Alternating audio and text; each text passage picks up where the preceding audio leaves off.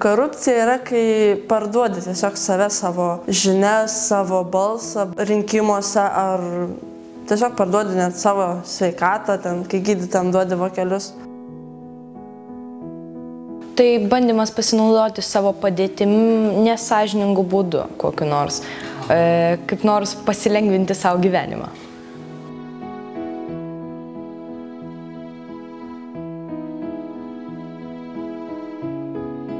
Korupcijos formos yra nusirašinėjimas, pati mano pirmoji forma, nes nuo to pradeda ne kiekvienas, bet dauguma mokinių.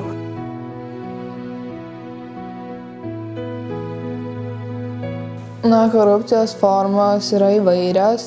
Manau, pagrindinė korupcijos forma yra pinigai vokeliuose.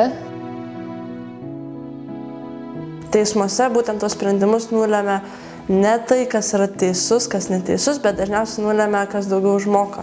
Ir tie pinigai gali teisų paversti neteisiu ir nekaltą apkaltinti. Gal reikėtų didinti, tarkim, bausmes už įvairius korupcijos atvejus, šviesti mokinius nuo mažų dienų, kas yra nelabai populiaru, bent jau mūsų mokykloje tai nėra nuo mažų dienų, ir galbūt bandyti aiškinti, kaip viskas vyksta. Mes neimam kyšių, mes neduodam kyšių. Beveik niekas to nedaro. Tie žmonės, kurie daro, jie yra retenybė ir jie yra nusikaltėliai.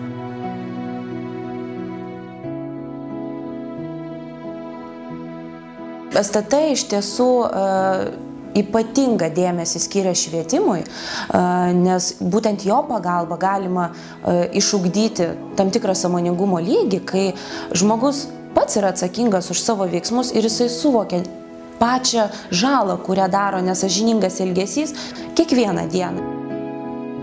Didžiausia Lietuvos problema yra tai, kad mes labai toleruojame. Toleruojame korupciją, toleruojame kyšius, toleruojame kontrabandinių prekių įsigijimą ir iš tikrųjų tuo darydami meškos paslaugą savo patiems.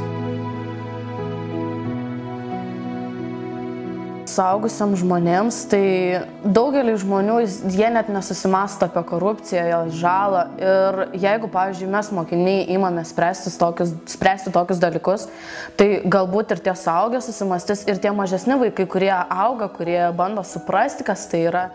Manau, kiekvienam, pavyzdžiui, vaikui reikia skiepyti, kad nusirašinėti yra blogai, kad korupcija yra blogai, kas tai yra korupcija. Nes, pavyzdžiui, aš manau, kad mūsų mokykloje nebuvo kalbėta mums, kai mes buvome mažesni, ir manau, kad tai yra blogai. O kai patys pradėjom nagrinėti šitą temą ir kai pradėjom kalbėti su mažesniais, tai iš tikrųjų matosi, kad jie labai reaguoja į tai, kad jie iš tikrųjų labai sureikšmina tą tokį teisingumą.